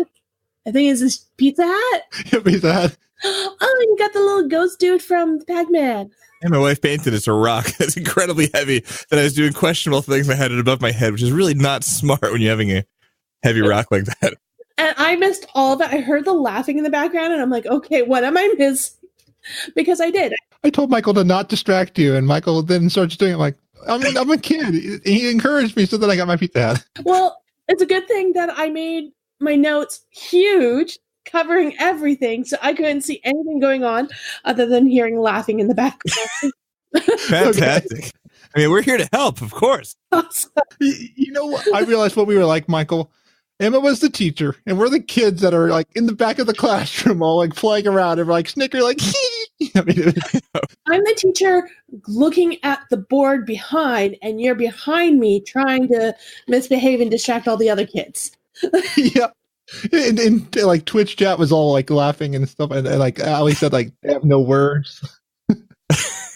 We're like passing note to each other. Check 1. Do you like stuff? Yes. I love stuff. And you know what else I love? I love trivia. I love segues. I'm segue. And I'm getting better at segues. And I'm here to ruin them, apparently. Yeah. I'm like, I see that you're hoping that there was no trivia. That made me sad. Oh, no. I was hoping there was trivia. No, and the thing. I quickly read some chat, Steam chat, Twitch chat. That's it. Oh. He was saying that he wasn't paying attention to the Kilrock site, so he hoped there was no quiz on what you talked about. Yes. What day is the let's see, random thing? Kieran Torch pub crawl, because it's alcohol related. Yeah, totally. January 31st. January 31st. Yeah. Awesome. And don't forget to drink as much with Tipsy Wobble blah blah. Just don't fly home. Use your Hearthstone. Yeah. Her name is actually French. The more you drink, apparently. So there's a card per person, and we are going to give about 30 seconds per answer, and then whoever wins. Okay, Michael, you get the trivia first. Okay, question 1. What is the name of the Pandarian Isle atop the turtle Senzu Shu? What's the name of the island? Yes. Like the Turtle Island? Yeah. Oh, I mean the Wandering Islands? That is correct. Woo! Yes. I don't know sports, but I can do Warcraft. panther mounts can be created by a Zen master of which profession? Leatherworking. I'm sorry, no, it's jewel crafting. They're the jewel panthers, the onyx, The Jewel of the Nile. sapphire, ruby, they're jewel. I'm sorry, I can't give that one to you. Oh, Man. Okay, next question for you. Before their transformation, Saris were a member of which player character race? Satire or whatever they are. The guys with the horn, they're really skinny. Oh, the guys from like the Night Elf starting zone area. Wait, were they part of what now? Like Night Elves, like that kind of thing? Is that what we're... Yeah, Night Elves. Yeah, because they made a little evil pact and they went in a different direction because they were sipping off the old Nightwell. Yeah, from the old god.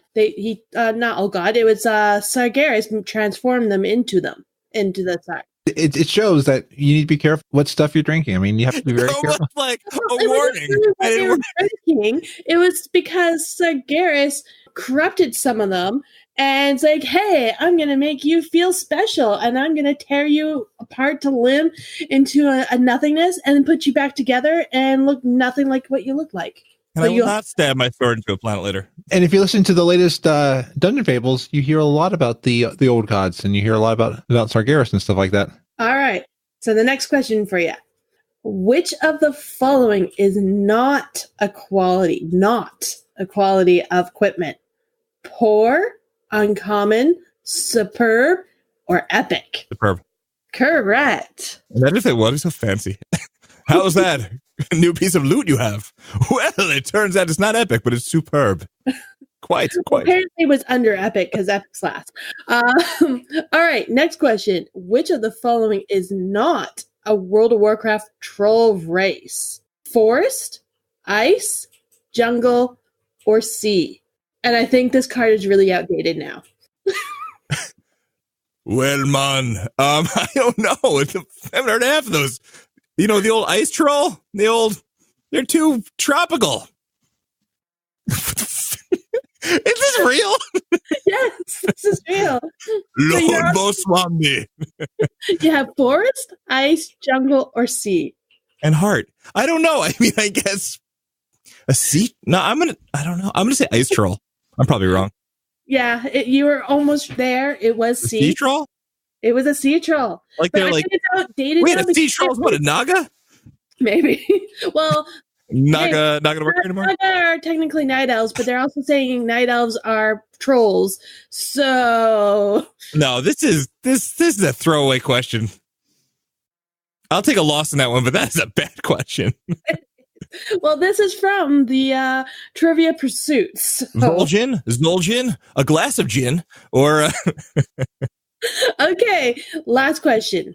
The Ashen Verdict faction is associated with what raid instance? Ashen Verdict, which is raid instance? Oh, that was the little circly thingamabobber with where you always go in the wrong door and you end up in the wrong place. Oh man, what was the name of that? Oh man, that was in the first expansion, right? That was out in Outlands. No. Oh, forget it. I'm gonna get it wrong anyway. Apparently, I could just say Wrath of the Lich King because I don't know. I was wrong before. Ice Crown Citadel. That is correct. Okay. Okay, who told you? You were paid this time, Arthas. Okay, that was freaky. In chat, Allie said that they were mentally sending the answer. Right as they said it, you got Ice Crown Citadel. That is freaky. Oh, what's this lone boss Swandi? Need some water for that. Some honey. Okay. So, out of the 6 questions, you got 4 right. Nice. Oh, thank you, Ali. Now it's Frazley's turn to see if I can mess up any more names. I'm going to be like, what's the name of the starting zone after you leave Goldshire?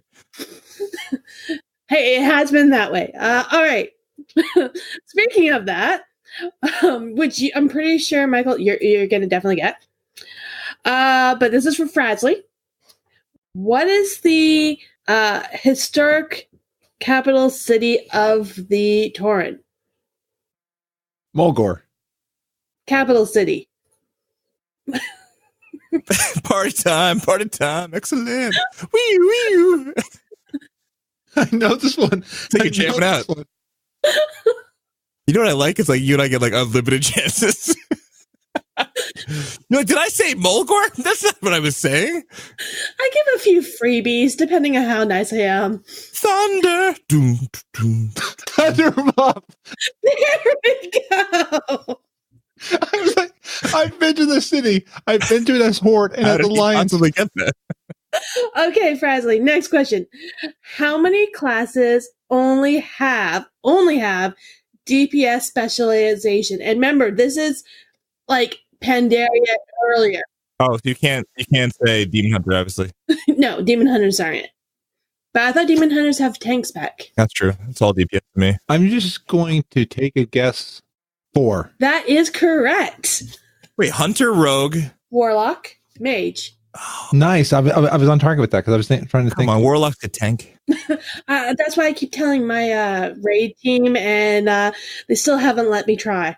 Come on, Blueberry. Blueberry, get to work.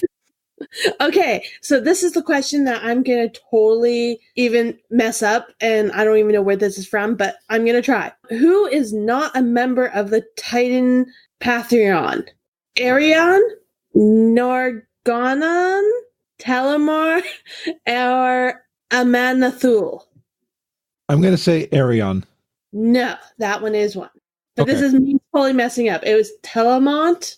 He's apparently not a Titan. Okay. All right.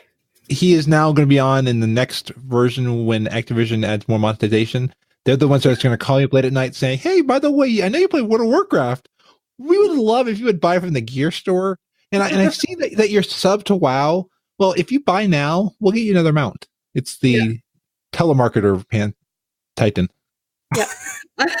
Okay, next question. Which of the following is not an enchanting component? A lot of these aren't anymore because they changed enchanting. Ooh, old school. Shadow Crystal, Void Crystal, Shaw Crystal, Abyss Crystal. Shaw Crystal. No, that is wrong. There is a Shaw Crystal.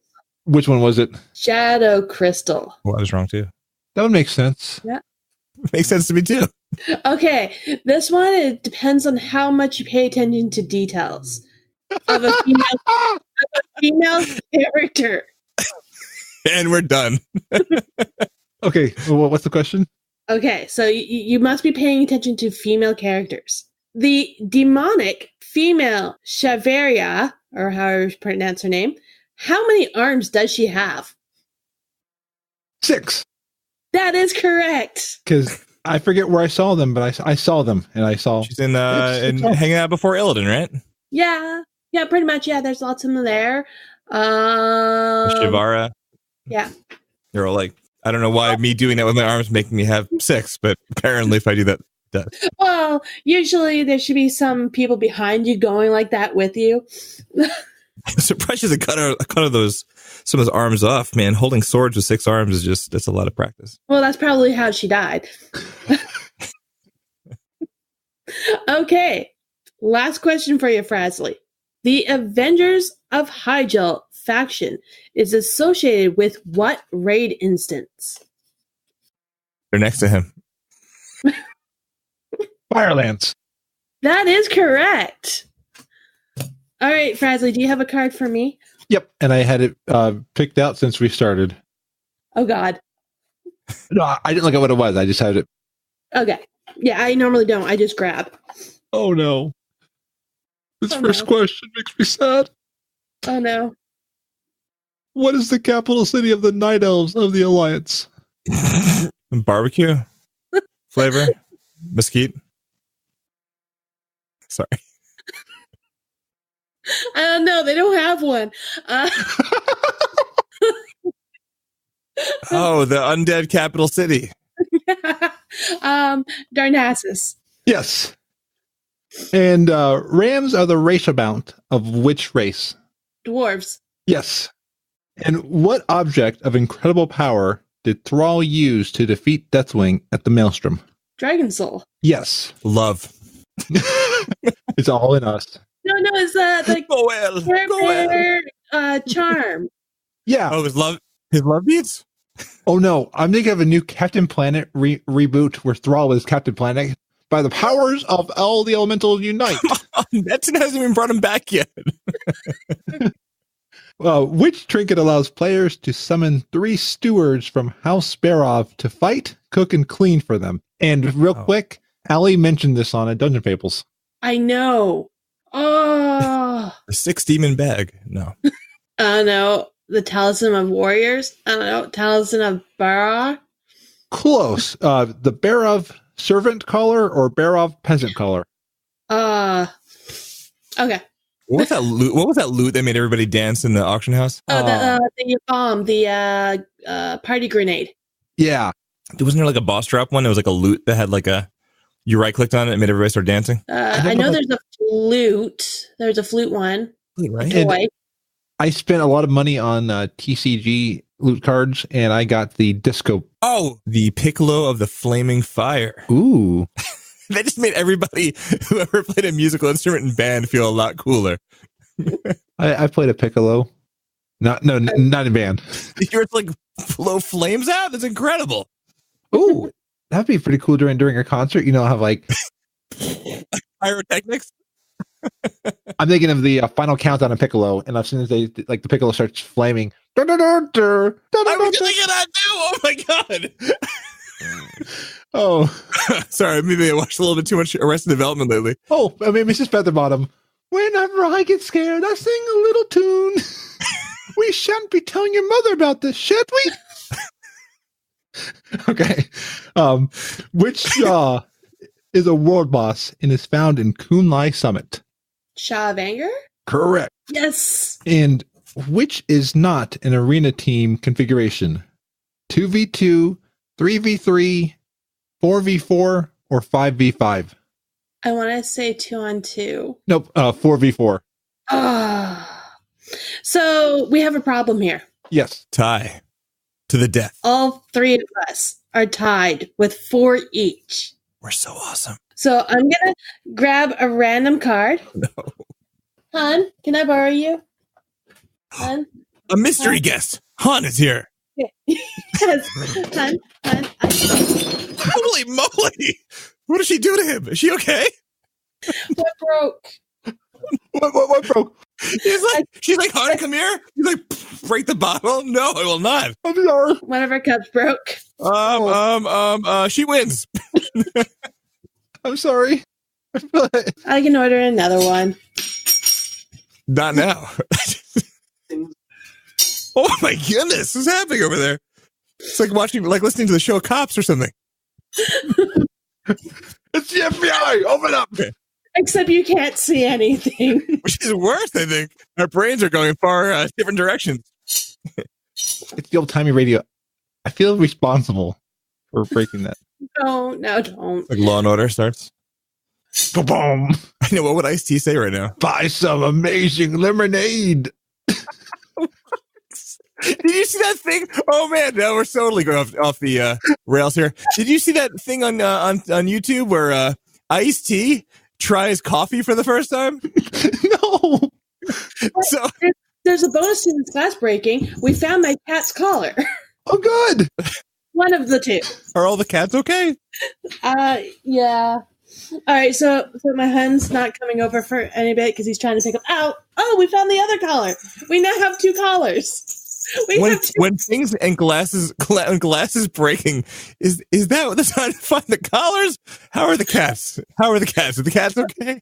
Yeah, the cats are fine. Oh, all right, so the thing with the first collar, we lost that one after 2 days of putting it on him.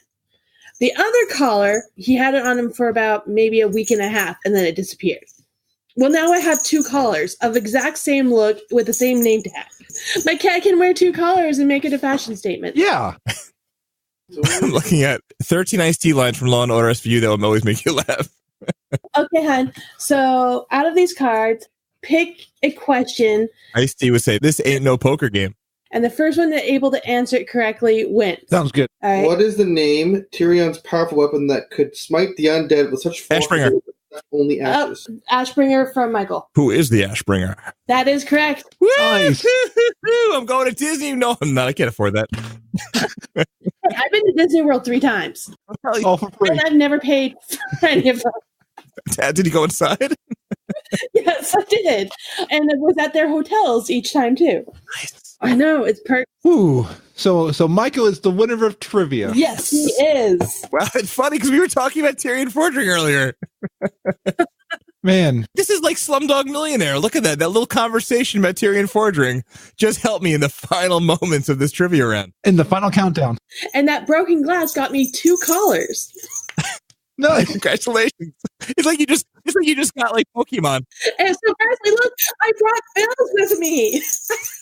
2 collars.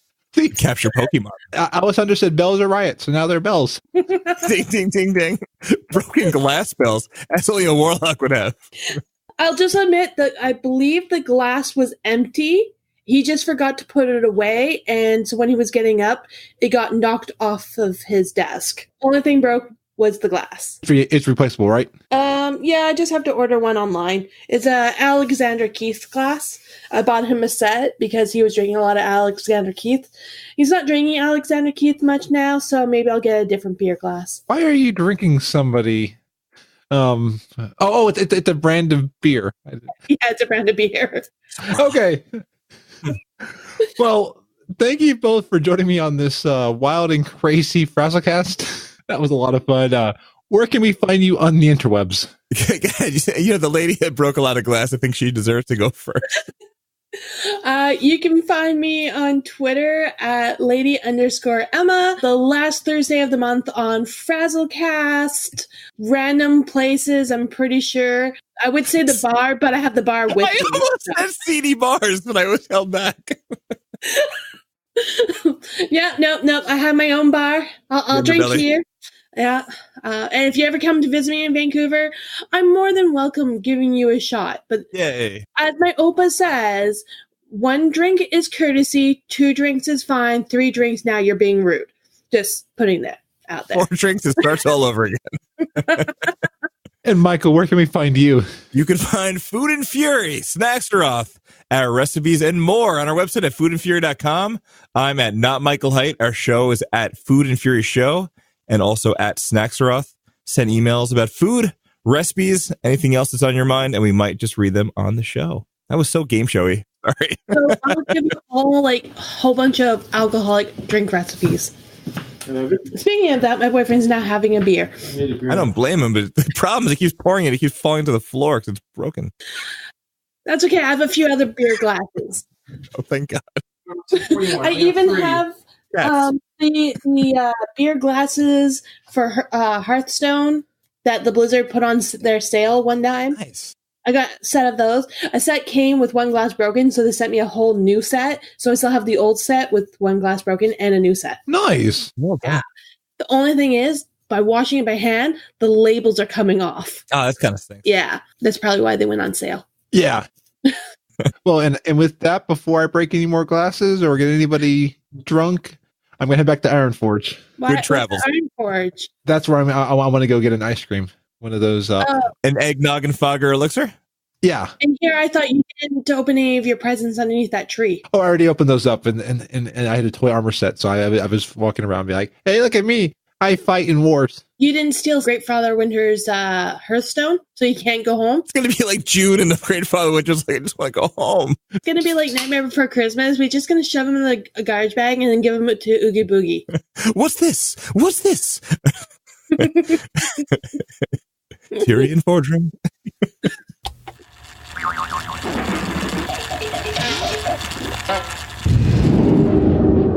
I'm back at my home of Ironforge until we one day reclaim Gnomergon.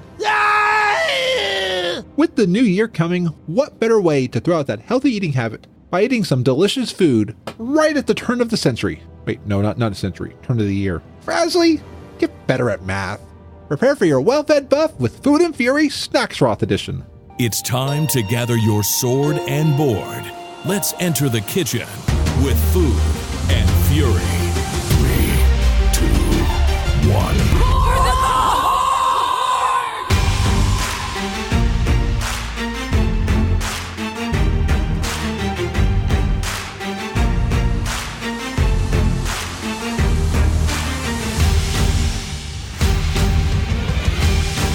Hey everybody, and welcome to Food and Fury Snacks Rough Edition. We deliver you a war-forged snack each week with enough buffs to help you your battle for Azeroth.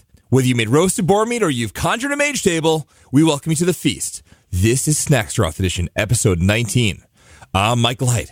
Today we have the right appetizer to get you through this winter veil and on to New Year's. Today we have a delicious artichoke dip to get you to the New Year's spirit. But first, our friend Frazley stopped by. And speaking of the New Year's spirit, today Frazley confronts the last spirit of Winter's Veil. Well, Fraz, with the second spirit behind us now and one more to go, I think we can, without a doubt, survive these challenges. We'll never succeed. We may as well die here. No, we've already succeeded. I mean, what are the three terrors of the Winter's Veil Carol? 1, the priestly neighbor? No problem. There's a tapping sound preceding each time he knocks on your door. We can avoid that by pretending you're not home. 2, being flagged automatically for PvP in the capital city, which you are clever enough to discover what a nightmare-inducing ogre suit can do for you.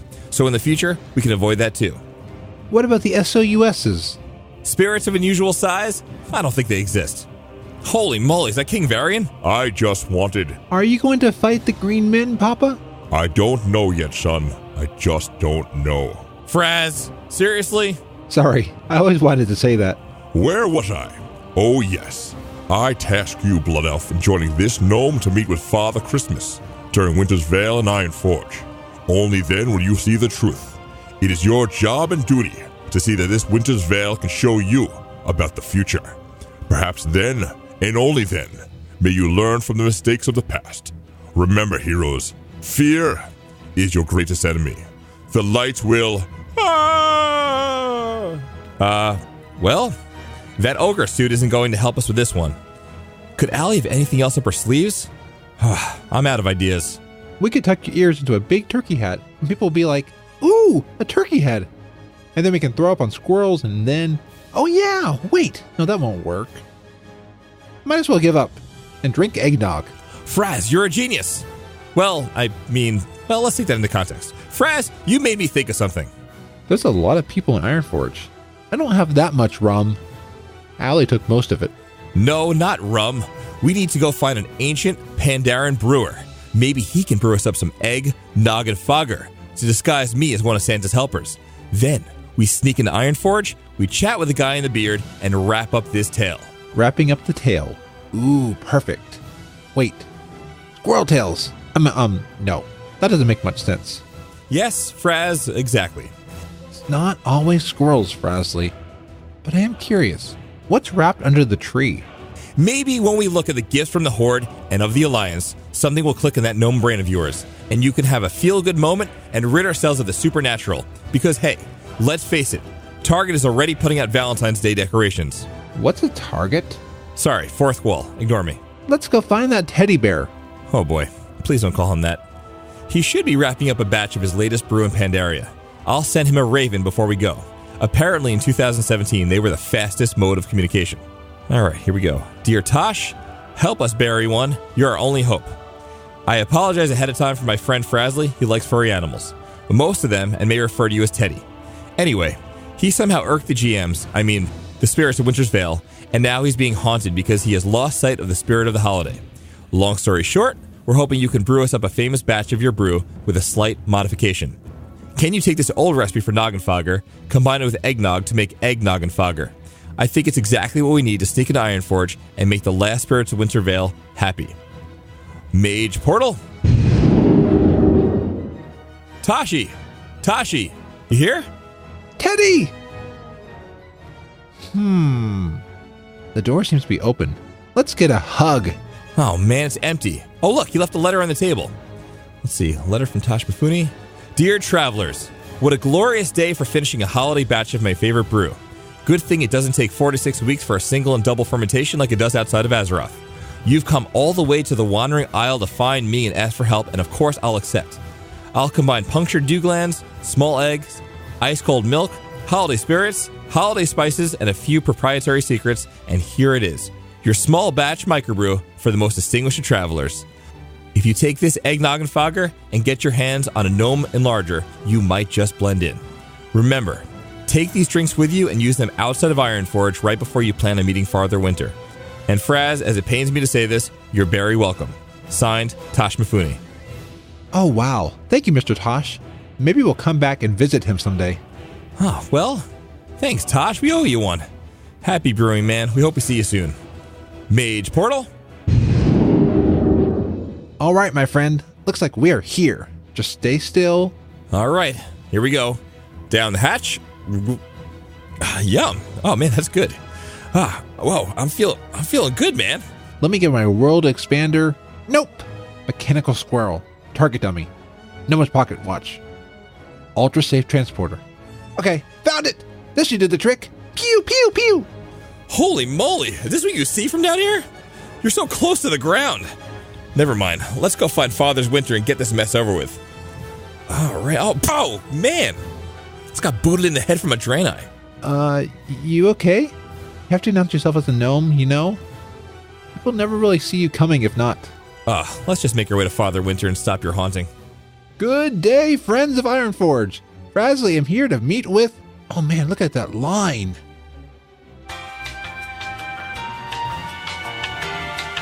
Three hours later. Welcome, child who traveled from far. You and your companion, who may just make it out of this naughty list yet. I welcome you to the end of your journey. Thank you for seeking me out. Perhaps now that you both see the fine people of Ironforge sharing in their festivities, that they are not all that different from those of the Horde. Take some gifts from this tree today. Perhaps you can leave some from Orgrimmar, so that the people here of Ironforge can share in your joy. Look, it's kind of the same stuff as you had in Orgrimmar. You know, Father Winter with all these recent quests that break quest progression and were designed purely as a method of wrapping up my story of disbelief in WoW. I see all the positive that this world has to offer. Well, Fraz, maybe it's the eggnog and Fogger Elixir talking, but I'm feeling a little more in the holiday spirit. Children on both sides are playing and having fun. You seem to be happy, tapping your foot, your little blue raspberry hair nodding along to the music. I mean, I think we now learned about how to enjoy the true spirit of Winter's Veil. Look for the positive, and remember, you can't always make everyone happy, but you can surround yourself with happy people. The world has so much to offer in terms of quests, pets, ogre suits, and friends. Even achievements. Even if those friends are normally tall with pointy ears. Well, the small blue-haired gnome seemed to have learned his lesson for today. With the help of the look in the past, the present, and the future, perhaps he now has his spirits in a good place. And I can say to myself, what a wonderful world. See you soon. All right, so I think that we got you in the holiday spirits, but now we need to feed you. So this week for our recipe, we have a hot spinach artichoke dip, and you're going to love this one, guys. You're going to need a can of artichoke hearts packed in water, frozen spinach, a shallot, a clove of garlic, some fat-free Greek yogurt, some mayonnaise, some Parmesan, some mozzarella, some olive oil spray, and your favorite chips on the side. So, what are you going to do? First, you're going to preheat your oven to 375 degrees. Then in a small food processor, you're going to chop up your artichoke hearts with the garlic and the shallots. Then, you're going to combine everything else in a medium bowl. You're going to put that in an oven-proof dish, and you're going to bake it at 375 degrees for 20 to 25 minutes. It's going to be all hot and cheesy and melted. If it's not, give it a couple more minutes. And then you're going to serve it right away. Now, if you want to go heroic for a little bit of an upgrade, what you could do is find yourself a nice round loaf of sourdough. Sometimes you could go to Panera Bread, go to your grocery store, go to a bakery. If you can't find that, find a nice, thick, whole grain baguette. If you can't find that, just find a good, hearty, round loaf. Cut out the center of it and keep it in the shape of a bowl. And then what you do is once you bore out that middle part, you take it out, you chop those pieces up. You're going to use that for dipping. And then you're going to pour your artichoke dip directly into that bread bowl that you made and put all the pieces of bread on the side. Even pumpernickel works really well. If you want to go mythic, because some of you want to go mythic, here's what you do. You get your hands on some pizza dough. You can either go to a local pizza place or go to your grocery store and get yourself a dough from the refrigerated section, roll that out, cook it to the package directions, and then spread some of the artichoke dip all over the center, leaving about an inch on the outside for the crust. And if you want to, you can sprinkle some fresh Parmesan or even some mozzarella over top and bake that. And now you have yourself a flatbread with this artichoke dip, and it's almost like eating the most delicious, delectable pizza you've ever had. All right, my friend of the Grummels. So I think that's going to do it for our Food Buff for All. With a little prep time before you log on, you could enjoy this delicious, cheesy, salty, briny, oh so satisfying one-hander dip of the snack world that'll make you want to skip those late-night runs to the grocery store and enjoy this amazing homemade treat. If you get a chance, check out our food and cooking podcast, Food and Fury. This week on Food and Fury, we're doing a picadillo empanada dish that is going to blow your mind away. No deal with basmati required. You can find this show, social media, this recipe, and many more at foodandfury.com. If you get a chance, give us a shout on iTunes, even if your blood runneth blue. And of course, a big thanks to the one and only gnome that has Horde street cred, Frazley. For the Horde, for the Alliance, and for the food. We'll see you next time. Bye-bye. Today's letter is the letter Ah. That's the word on the street. Can you tell me how to get to Surmar Street? Okay, there we go. I made it through another recording. I don't know why I was thinking that. Well, that has been another packed episode of FrazlCast. I am currently editing this episode amongst the New Year's festivities with my family. You are all important to me. I am so excited for what this upcoming year will mean. We are nearing the end of the second year of this show in June, as well as the 100th episode at the end of March. I can finally stop putting zeros before the episode numbers. As I was mentioning earlier in the episode, Realm Maintenance has been putting out their yearly maintenance episodes. You can listen to all of them. I was in part 1 with predictions from January of 2018. It's so weird hearing me about 1 year ago. Before we go, I wanted to thank all of you who have tuned into my Winter Veil, Dark Iron, Paladin leveling streams. And I want to thank Crazy Guy 81 who subbed and also gifted subs to Cherry, Leo Wild, Winchester, and Sir Nate the Great. That blew me away, so thank you all. And then, I really want to say how much this time of the year helps me to reflect on my friends and family. So last episode, I expressed my sadness to hear Forbes of Gnomeregan Forever passed away. Then on Christmas Eve, I found out that a member of the Converter Raid Guild, Sola, passed away. In both cases, I realized how much I did not know them. I knew them, I've talked with them, but I didn't totally know them. This year, I want to get to know my friends, guildies, guests, and listeners, all of whom I hope to be able to call friends. You matter. I don't want to end the episode on a down note, but it needs to be said, you are unique, and you are important. Reach out to me at any time. I want to be there for any of you. Let's deepen our friendship. And maybe I can make you facepalm a few times. Well, I am Frazley, and you can find this show at gnomepodcast.com. Until next week, be awesome. To ensure a good catch in Drust they trust, it's the Overly Dramatic News. I'm Hunts the Wind.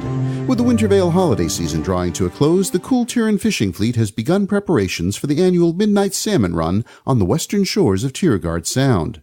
These fish are so valuable that fisherfolk will go to some pretty strong measures to increase their catch. I've spent some of the holiday break hanging out in some dockside Borealis bars, and a common story is that there is a group of boat captains who depart a few days early and travel to an ancient Drust religious site on the coast near Carver's Harbor. Once there, they spread their trawling gear on the massive stone blocks at the center of the area and beseech the spirits of the Drust to grant them a bountiful catch. Now, the people of Cool Tyran generally aren't as religious as those in Stormwind, but the fact that this unusual blessing ceremony is kept to the realm of rumors suggests that the ruling families would find it sacrilegious. Or perhaps it's a matter of competitive advantage. Either way, it goes to show that when it comes to filling their holds with the sea's bounty, some fisherfolk are willing to dabble in some alternative religious rites. Broadcasting across all Azeroth, I'm Hunts the Wind. Check out the archives at overlydramaticnews.com or follow me on Twitter at Hunts the Wind. Welcome back to It's a Wonderful Game. This is part 2. Previously, Frazley was sitting in the Blue Recluse, drowning his sorrows in eggnog. And then a player came in named Clarence, who Frazley thought was an angel. Frazley talked about how he was thinking of unsubscribing due to the fact that it is discouraging as a content creator when people aren't enjoying the game. He threatened to unsubscribe. Will he? Find out now. Oh, not now, but now. Okay, after I'm done talking. Now. Now. Clarence, how do you do it as a content creator? Making things for a game people are upset over. Fraz, WoW is a diverse game, played by many people. It's been around for 14 years. Of course, there will be people who get upset over things. No company is perfect. Heck, I remember this one week where our guides told people incorrect information. It was a guide on the waste of time. Oh, we got so many comments from people upset at what a waste of time our guides were. I mean, come on, that is a pretty funny accident. Yeah, but it wasn't easy getting that negative feedback. Just like us, the developers make mistakes. Look at Azerite gear. It doesn't feel quite the same as Legion artifacts did. With the empowerment of them, and the devs poured a ton of time into the system. And as it turns out, it didn't work quite like they thought it would. Yeah, I do miss my artifact weapon. And no one likes everything about a game. Those people who are upset about things have a perfectly valid reason as to why they are upset. If you don't like something, you absolutely should talk to the developers in a constructive manner with respect about what you think should be changed and be different. Fraz, don't focus on what people don't like about WoW. Instead, focus on what you do like. Focus on why you like to play the game. Those other games you mentioned, where no one is upset, they don't exist. The grass is always greener on the other side. Yeah, I guess you're right. I did a couple searches of another game, and it showed some interesting things happening in its player base. Kind of some of the same arguments we've been having. Yeah, if you like WoW, keep playing it, while still dialoguing with the developers. However, remember this, it is a game. If it causes you so much anguish to play, and it isn't fun anymore, ask yourself, why are you paying $15 a month for a game where there are so many games out there to enjoy? I'm gonna bet combined, our Steam library is full of games that we haven't played yet. And I definitely bought a few more recently. All those Lego games. Oh, me too. Me too, my friend. In the end, play what makes you happy. But don't get upset or discouraged at those who do or don't like WoW. Realistically, our time on Earth is short. We don't have that long to play, and gaming should be fun. Is WoW fun for you? Yes. Do you like making content? You can't get me to stop. And has that content allowed you to connect with others and bring you fulfillment? Oh my gnomeness, yes! Then keep at it. Only unsubscribe if you feel your time and money can be better utilized elsewhere. Don't let others dictate your enjoyment. Thank you, Clarence. I needed this. You know, I'm going to go out and edit FrazlCast right now. I had a really cool conversation this week, and I want others to hear it. I want others to see why I still enjoy WoW and its community, as well as to give a platform on what things we want improved in the game. Clarence, I hope we meet again. As do I, little buddy. Frazley decided not to unsubscribe. They kept playing and making content. Here is where we will add in a narrative explanation of the message behind these episodes. If you like WoW, keep playing it. If you're unhappy, give the developers respectful and constructive feedback on the game. But don't forget, it's a game. It's meant to be fun. We need to spend our time wisely, doing things we enjoy, and those things that bring fulfillment to ourselves. I mean, come on. Kingdom Hearts 3 comes out in January, and we'll have to balance WoW and that in our game time? FrazlCast is a fan podcast that covers Blizzard games. We are not affiliated with Blizzard Entertainment. Views expressed by the host and guests are their own. Some of the art, music, and sound effects come from Blizzard games and are owned by Blizzard Entertainment, Inc. No copyright infringement is intended. Want more awesomeness every week? Visit weeklyawesome.com. Weekly podcasts to make your week better. Remember to smile and be awesome. This show is brought to you by Dragon Powered Studio. Find more at dragonpoweredstudio.com.